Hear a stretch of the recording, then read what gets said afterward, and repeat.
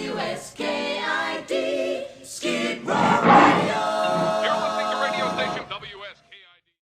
Hi, this is a response to FederalistFilms, who's now closed his channel but made a 3-part video response to me on Libya. There's a lot to get through. I've actually just recorded this but had to start again because I was using the wrong microphone, so I'm hoping I'm going to hit all the points that I did on the first 30-minute attempt. But okay, so Rob's video is a 3-part one. The bulk of the first part goes to basically explaining how this wasn't US imperialism, that this was a much wider kind of response to the situation in Libya. It's not something that I ever said that it was just US only. I've said quite explicitly several times that it's Western imperialism, and that, you know, France and England are at the forefront there, and certainly there's other interests as well. It's not just the US. But your attempt to kind of distance the US from being in the lead, you did characterize them as being just in support of allies. This doesn't really ring true based on the facts of what's been going on. There has been, it was certainly led by America in the initial stages of the invasion. The vast majority of missiles launched were American. The vast majority of pure money being spent on it so far has been American. So to say that America is just, supporting allies, it's well wide of the mark. You said that you played on this idea that America was reluctant to get involved. And that apparently that the reason that this went through so quickly, in part at least, was because France had planes ready to attack. Now, I'm sorry, I don't really see that as a good enough reason to explain away the kind of shock and awe esque first wave of attacks. It was all bam, bam, bam, bam. The whole border's worth of ground-to-air installations, mainly from American missiles. I don't believe that can be explained away by just saying that France had planes ready to attack. You did a lot of work to show how it was other countries taking the lead. America wanted to back off. But yeah, this isn't played out by the facts. The UK and France and other countries have got more than enough military capability to have carried out everything that's been done without a single American missile being fired. We've got enough equipment to have done that. That's not what happened. It was US-led, certainly. You do also try and paint me at various points in your video as being anti-American. I'm not anti-American. I'm anti-corruption. I'm anti what is actually happening in the world today, in terms of how our governments the foreign policy is displayed, and manipulation, and of the Middle East and the Third World. But it's not an anti-American thing. I've stated explicitly several times, Western imperialism is the problem here. But it's important to remember that there are certainly Western interests that were affected in the run-up to this invasion, and that's something that you didn't really focus on as much as I would have liked to in your video, Rob. Is that in fact you actually went the other way and tried to explain that there was no point really in us, for imperialist reasons at least, there was no point because this guy had been very cooperative with us in the past. That's true. I don't think that helps your case, though.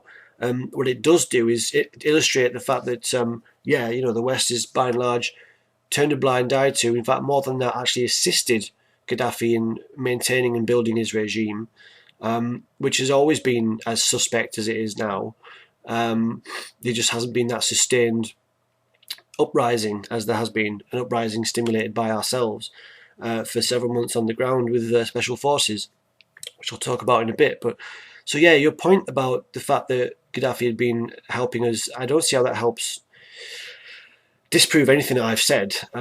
It does illustrate that we've been arming him with military assistance, economic deals, turning a blind eye to humanitarian crises, and it highlights the fact that recently, with his decision to nationalise the oil reserves, this was something that was going to hit certain Western powers hard. He's basically just turned his back on us after we've been propping him up for years. You did say also in your video that we facilitated the dismantling of WMD's program that he had, and that you speculated that this is maybe one of the reasons that we then thought it was okay to sell him loads of weapons. So it's like, oh, just, as long as you dismantle those WMDs, we'll sell you hundreds of millions of pounds worth of military equipment. The logic of that is just fucking ridiculous to start with, given the fact that we knew what a fucking bastard he is. But aside from that, it's actually not true. I have to give you the benefit that you made this video a few weeks ago, so there's a lot of information that's come out since then. So I don't mean to say that you've missed out stuff. It's possible that things have come to light since you made your video, but it has come to light recently through WikiLeaks, ironically enough. I know you don't like them, but that the UK was well aware that Gaddafi had chemical weapons factories. Reading from an article in the Telegraph, it says that British officials were given a tour of secret chemical weapons laboratories in Tripoli months before agreeing a series of lucrative trade deals with the Libyan leader, Colonel Gaddafi. So yeah, we knew fine well he had chemical weapons laboratories there, and went on and sold him loads of military equipment, and trade deals as well. And this a nice picture of Tony Blair shaking hands there. So yeah, again, this isn't about attacking America. You do seem quite nationalistic in the borders that you said. He said my country's not responsible for this, or my country's not taking the lead. It's not US, blah blah blah. Benji is anti-American. No, that's not what I've been doing at all.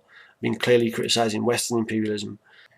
I should point out really early on that we do agree on some points there. We agree that there's basically no structure to this, that it's quite a messy operation. There doesn't seem to be a clear objective. You actually kind of held that up as a reason to disprove my assertion that there's imperialist notions behind this. That doesn't hold up really as an argument, because whilst it is a mess and there's no clear objective and there's not a consensus on what needs to happen or what even is actually happening right now, never mind the end game, there has been a pretty clear consensus from the leaders of our nations, the main powers involved in this. Obama, Hillary Clinton, David Cameron, Sarkozy have all been very clear in stating that they want regime change. They want Gaddafi out. That's not something that's explicitly covered in UNSC 1973. In fact, regime change isn't covered in that resolution. A no-fly zone was implemented with the intent to prevent clear and present danger to civilians, to prevent violence, basically. Regime change was not part of that mandate, so our leaders are very clear on that. The mess and the confusion has come in the implementation, and across the board there has been no consensus on what is happening or what needs to happen. The UN is all over the place on it. The Arab states have fallen back in their enthusiasm since they've seen the scale of the attacks. But yeah, there was certainly a clear message coming out from the top officials of our countries that regime change is what was needed, not covered by the mandate. There'll need to be a new one. You agree with me that it's a mess there. I wonder if you'd agree with me as well that it is kind of unfortunate, maybe, and ironic, rather certainly, that ground forces are the only thing that was ruled out, because that's really the only thing you can effectively do if you're going to go for a regime change, and even actually if you're just going to protect civilians. So that is ass backwards, in my opinion, in the way we've gone about it. Rob says basically that there was airstrikes against Libyan rebels, and that was basically the catalyst for quickly going in with this no-fly zone to be implemented. It's important to note, though, that once the bombing began, it wasn't warplanes or even tanks near civilians that were being bombed. No, it was just the ground-to-air installations around the border of the country. And you did say that, doesn't Ben know what a no-fly zone means? This does allow for destroying all of this equipment. Yeah, I know what a no-fly zone means, but it's been a general criticism across the board, across the political spectrum, that this mandate is so vague that it does, you said yourself, it allows basically anything to the stated goal of protecting civilians. So the fact that it's just ridiculously vague and allows almost anything apart from ground force it's not going to bolster your argument there to support the there isn't imperialist motivations behind this. It doesn't do anything to support that claim.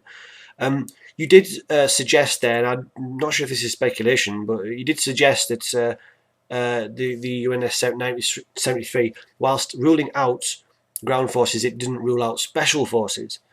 So you said, the special forces are in there, and that's allowed by this resolution. But you kind of neglected to point out the fact that, or acknowledge that, it's not just since that resolution was passed that we've had ground forces, special forces there. They've been there for at least a month before the resolution was passed. That's been admitted already.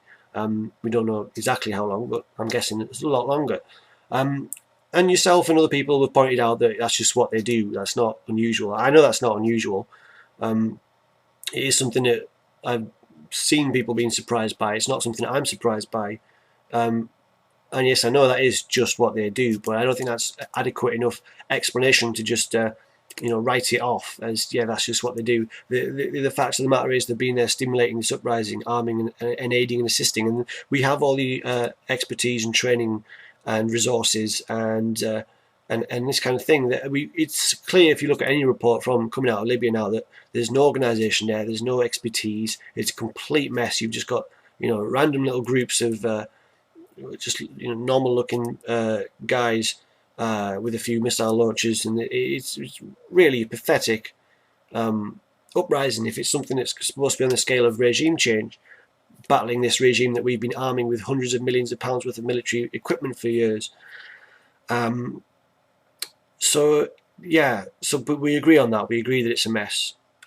We just don't agree on the ramifications of that, or even what the disorganisation of it implies. You say that devalues the argument that it's imperialist in nature. I do not hold that position at all. As I've demonstrated earlier, this the disorganisation wasn't, or the lack of clear goals wasn't because of our leaders lacking in any clear objective. They all wanted regime change. You said that there's a humanitarian component. Component, what is that? I'd say it's clearer to say it's a humanitarian facade, a humanitarian justification. But to say there's a humanitarian component, at least I'm glad you said that, because and you did clearly talk about the oil issue as well, although not accurately, in my opinion. But yeah, I'm glad that you acknowledge that it's only a humanitarian component. Obviously, the official line coming out of Washington and of Brussels and London is that it's purely humanitarian. Watched Cameron talking about it. If you listen to him, yeah, it's just purely humanitarian. That's it. So I'm glad that you acknowledge that they're lying, that it's not only about humanitarian reasons. So that's good. We do agree on some stuff. Yeah. But yeah, just to go back a bit, you did say that there was airstrikes against Libyan rebels, and this was the catalyst for moving this no-fly zone forward in such a devastating way so quickly. But when it began, it wasn't planes being bombed, it was ground installations and this kind of thing. It wasn't until 4 days into the bombing campaign that the first plane was actually bombed in this no-fly zone. And that wasn't a fighter jet or anything. And it wasn't in the air, it was after it had landed. So I really failed to see what clear and present danger to the Libyan people that posed. So I'd be interested to hear what you think about that. But the problem with your video, a lot of your video, Rob, is that your sources are not sources that I place any validity on, really. It's government sources, military sources. I'm sorry, I don't place any validity on the rhetoric coming from our governments and military. I don't. And the first casualty of war is the truth, is an old cliche. But we've been proven time and time again that you can't just take as read what we've been told by government sources and military sources. WikiLeaks has proven that beyond a shadow of a doubt in recent months. Some really serious, large-scale bad shit that we haven't been told about or even have been completely lied about. Secret wars, torture, lots of civilian deaths. The list goes on. We all know it by now. So I don't. You kind of seem to pay lip service to political and military sources, and I just don't think they're credible, especially in times of war. So there's a problem there with a lot of the sources that you cited. So yeah, so a lot of the validations that you read out for the no-fly zone, I don't respect that rhetoric that's coming out of from our governments and the military. You put some emphasis on the support of the Arab nations for this action. Yeah, they supported a no-fly zone. Certainly, they didn't ask for regime change, which is what all of our leaders have been talking about. So at the very least, you could say that we've taken liberties with the support from Arab nations. It's probably more realistic to say that we've completely just disregarded their intentions for this and just pressed on with what we wanted to do anyway. You read out a lot of France's excuses for this. Again, it all rings very hollow when you hold it up to the other human rights crises in that region right now. You mentioned Yemen and Bahrain. You said they weren't as big uprisings. The scale of the attacks on people was greater in Libya, but again, this is at least definitely in part because of the stimulation that we were giving to that uprising, giving the confidence the organisation, if that's kind of a joke, but more than it had, to do that. They were in no way capable of fighting off the Gaddafi's forces. It's something that we assisted with them doing, and this is something that I found dishonest in Landon's blog, is that he's saying, if and when the rebels in Libya are able to overthrow Gaddafi, then we should support them. But it's not going to be the rebels overthrowing him. They wouldn't have even been.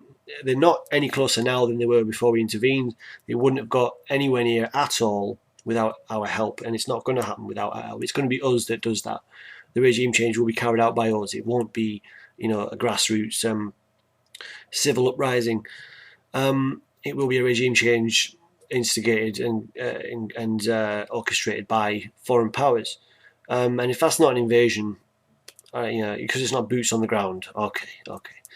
But so you read out all these French excuses. And again, yes, it is about Western imperialism, not just US. I never said it was. But it all rings really hollow when you compare it to other cases. And I held up Rwanda as an example there of complete binary kind of different approaches to the situations. One of the sources you cited, I think it was a military source, described what was happening in Libya as genocide. Really isn't. It really wasn't at all. You couldn't call it a genocide. I mean, at the time before we intervened, I think there was reported hundreds of deaths and thousands displaced, whereas, Rwanda, 800,000 people killed eventually, many more badly affected. And our governments actually didn't allow that Rwanda to be classified as genocide. They played it down, came up with lots of excuses to not intervene. It's the complete opposite. So, in that situation, we went out of our way to justify not doing anything. And in this situation, we've gone out of our way to justify doing something because there's interest there. And yeah, the guy has been helpful to us in the past. Again, like I said earlier, this doesn't help your position. It actually makes it quite clear that the change in his policies there was something that instigated our involvement there. Then you said that basically the reports of the West arming and assisting the rebels is just apparently Gaddafi propaganda. No, it's not. That's been confirmed. And like I said, with the SAS and CIA on the ground in there for at least a month before the resolution, there was that assistance as well as the weapons we've been giving them for a long time. This isn't Gaddafi propaganda. This is already admitted, at least to a certain extent. I'm sure it's a lot more than we don't know about. But this is an aspect of it that is ignored by you and people on that side of the debate. Again, I want to acknowledge that you have criticised certain aspects of it, and that's good. I think it's important that people on your side of the fence, so to speak, are criticising it. I don't expect people to take my word for it. this is a characterization that people put on me, is that I expect people to just take my word for it blindly. I've quite explicitly stated several times, don't take my word for it. Go and do the research for yourself, and you're not going to be able to be convinced either way by one person in the video. So yeah, you outlined all these different ways that Gaddafi is really bad. I don't disagree with that. I'm not pro Gaddafi. That's not why I'm opposing this action. But to say he's a bad guy, again, it's important to remember this. Yeah, we've been supporting the guy for many years. We allowed him to get to the point where he's as powerful and dangerous as he is. We've given him the vast majority of his military equipment capabilities, or sold rather, not given, and the economic deals and the blind eyes we've turned and all this kind of thing, as was proven by the chemical weapons factory there that we knew about, despite the fact that a couple of months after that we carried on dealing with him. But yeah, it just all these justifications and explanations that you give, coming from government and military sources, about why the implementation of the no-fly zone was necessary and all this kind of thing, it just rings hollow when you compare it to the other human rights abuses that we've seen in that area, and not just that we've turned a blind eye to, but that we've actually assisted. I mean, Israel has been continuously bombing Gaza, and the US actually gives $4 billion a year to Israel for military purposes. So it's not just that we're turning a blind eye; it's that we're actually assisting in the murder of civilians on similar scales throughout that region.